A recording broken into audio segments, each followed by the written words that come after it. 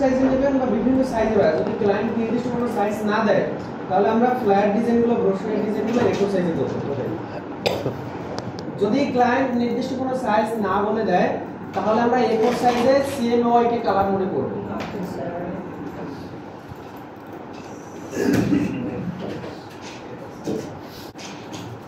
এই হলো এখানে কি কি আছে দেখেন, একটা দুইটা তিনটে হলো কি ইলিপস নিয়ে আছে, একটা রেক্ট্যাঙ্গেল নিয়ে আছে, আর এই যে ছোট ছোট কিছু আইকন বসানো আছে ইলিপসের জন্য। চলেন এই ডিজাইনটা আজকে একটু পরে দেখি আমরা কিভাবে করব, আস্তে আস্তে ধাপে ধাপে একটা বাই একটা যাচ্ছে।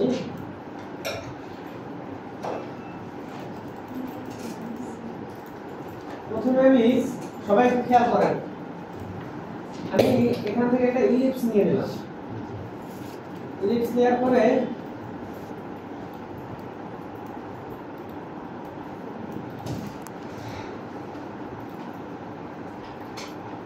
জাস্ট এটার সাথে একটু বসাই দেওয়ার চেষ্টা করলাম, দেখুন কেমন ভাবে বসে। আপনারা যখন অনেকগুলো ডিজাইন কপি করবেন তখন এই আইডিয়াগুলো এমনিতেই পেয়ে যাবেন। এটা হুবহু হবে না, জাস্ট এটার কাছাকাছি হবে। এই আমি একটু নিয়ে নিলাম, আইডিয়া বার থেকে আমি এখান থেকে কালারটা পিক করলাম, অল্টার ব্র্যাকেটস দিয়ে কালারটা এখানে দিয়ে দিলাম। এটা ধরে নিই,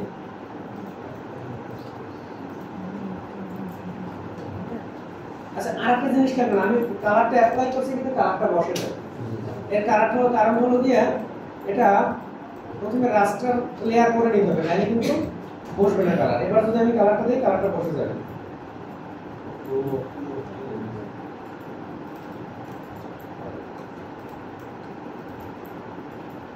ওইখানে আমি শেপ কালারটা বন্ধ করে রাখছি,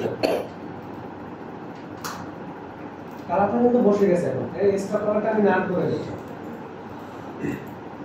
আমরা প্রথমে ইলিপসটা বসাতে পারছি, দেখেন তো বসছে কিনা, বসছে।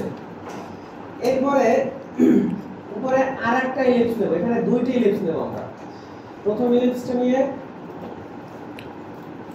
আরেকটা জিনিস বলি, প্রতিটা নতুন আলাদা আলাদা লেয়ার নিয়ে করতে, তাইলে হলো কি আপনার ডিজাইনটা প্রতিটা লেয়ার ধরে ধরে চেঞ্জ করে করতে পারবেন।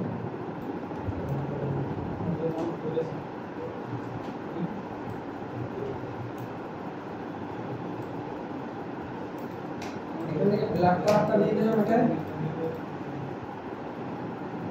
আর স্টক কালারটা নাম করে দিলাম। আমার এটা দেখা যাচ্ছে না কেন, আমার এটা হলো এটার তলায় পড়ছে, এইজন্য দেখা যাচ্ছে না।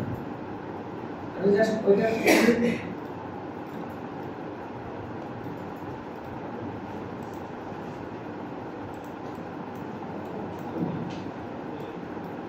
বসছে মোটামুটি। আচ্ছা এই বসে গেছে। আমি এই লেয়ারটাকে আবার একটা কপি করব, কপি করে কন্ট্রোল কি দিয়ে ট্রান্সফর্ম করে এটা থেকে একটু ছোট করে দিলাম। এটা ফিল কালারটাকে হোয়াইট করে দিলাম। দেখুন তোমার হয়েছে কিনা, এরকম এরকম হয়েছে। নিচে হলো গিয়ে আরেকটা ইলিপস না নিয়ে আমরা করব কি, এই দুইটাকে ধরে কন্ট্রোল জি দিয়ে গ্রুপ করে দিলাম। এই গ্রুপটাকে আমি আরেকটা কপি করে দিলাম। কিভাবে কপি করতেছি বুঝতেছেন? জাস্ট লেয়ারটাকে টান দিয়ে এই যে নিউ লেয়ারে ছেড়ে দিলাম, একটা কপি হয়ে গেছে। অথবা এটাকে কন্ট্রোল জে দিয়ে কপি করতে পারবেন, ইডিটে গিয়ে এখান থেকেও কপি করতে পারবেন। এই যে কপি আছে, আপনারা যেভাবে খুশি সেভাবে করতে পারেন। আচ্ছা দুইটাকে একসাথে কিভাবে করব? এই একটা ধরা আছে আমার, কন্ট্রোল প্রেস করে আরেকটা ধরলাম, দুইটা ধরে গেছে, ঠিক আছে? অথবা এটা ধরলাম, শিফট চেপে ওটা ধরা যাবে, শিফট চেপে ধরতে হবে। আমার এটা আছে, এটা ট্রান্সফার করে একটু ছোট করে দেব।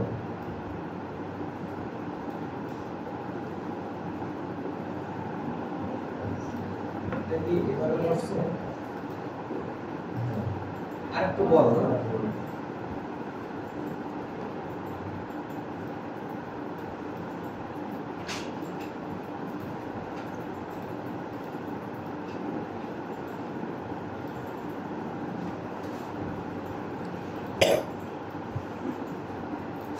এই বসাই দিলাম।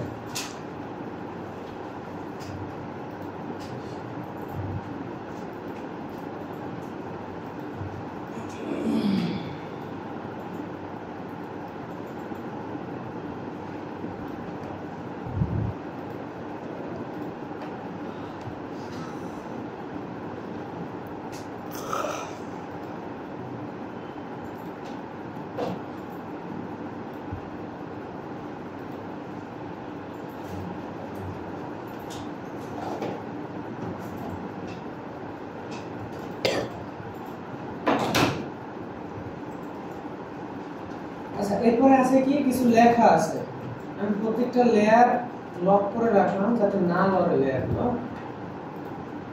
এবার লেখাগুলো কি আছে, এখানে আপনাদের যেহেতু কোনো ব্র্যান্ড নেম নেই সেক্ষেত্রে এখানে আমরা দিয়ে দিতে পারি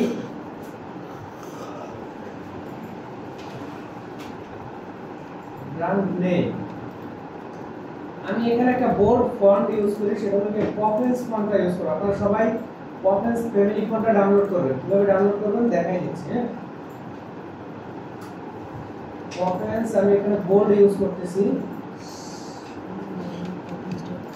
ফ্রি পপেন্স সাদা করে দেই আর পিছনে একটু আমরা ব্ল্যাক করে দেই। আমরা জাস্ট ওরে কপি করার চেষ্টা করতেছি। আর একটু বড় করে দিই। হ্যাঁ,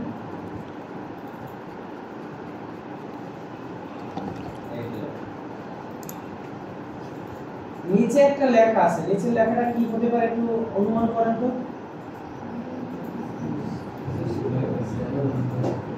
নিচের লেখাটা হতে পারে যে ইওর ট্যাগলাইন হিয়ার।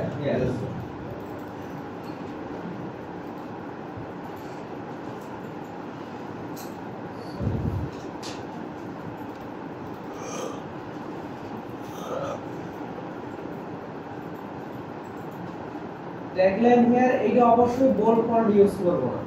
আমাদের যে ফন্টগুলো সবার সামনে থাকবে চোখে ভাসবে ওই ফন্টগুলো বোল্ড ইউজ করব।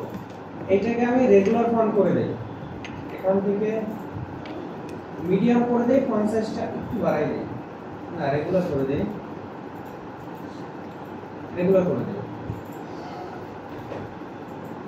আচ্ছা, তারপর নিচে দেখেন আমি এটাকেই আবার অল্টার প্রেস করে কপি করে একটা কপি নিয়ে আসলাম। এইটা আবার বোল্ড না ইউজ না করে সেমি বোল্ড ইউজ করব।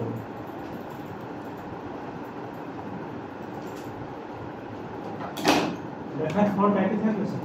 হ্যাঁ, লেখা ফন্ট ওই পপেন্স ফন্ট ইউজ করব আমরা।